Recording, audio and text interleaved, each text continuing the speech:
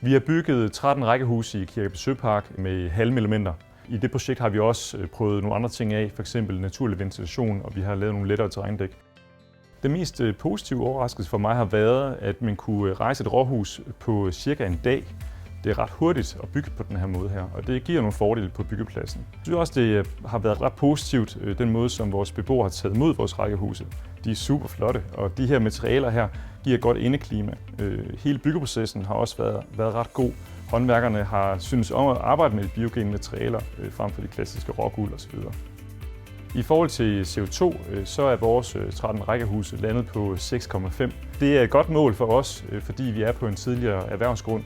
Og selvom vi har renset den fuldt op, så sætter det nogle andre krav til, hvordan vi skal lave et terrændæk mod undergrunden. Derudover så har vi også nogle ekstra tiltag som 2 fulde badeværelser og andre ting, som selvfølgelig går den anden vej i forhold til at få et lavt CO2-aftryk.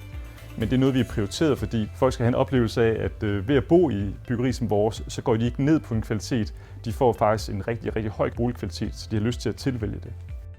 Vores største udfordring ved at bygge på den her måde har været at få et rådgiverteam, som hele vejen igennem har haft den nødvendige viden. Vi har brugt rigtig meget læringstid alle sammen for at kunne lære det her. Det har også været en rigtig stor udfordring for os at bruge de eksisterende beregningsregler i forhold til LCA på vores byggeri, som er biogent, fordi at i vores LCA-beregning skal brænde det hele af igen i sidste ende. Så det er svært at se, om udledningen sker med det samme, når du producerer de fossilbaserede byggematerialer, eller om det sker ved end of life af vores byggematerialer, hvor man skal bortskaffe dem. Vi håber jo ikke, at vores byggeri skal rives ned med det samme. Det skulle gerne stå for evigt. Vores beboere er rigtig glade for det, og det er jo byggeri, vi har bygget for, at folk skal blive boende.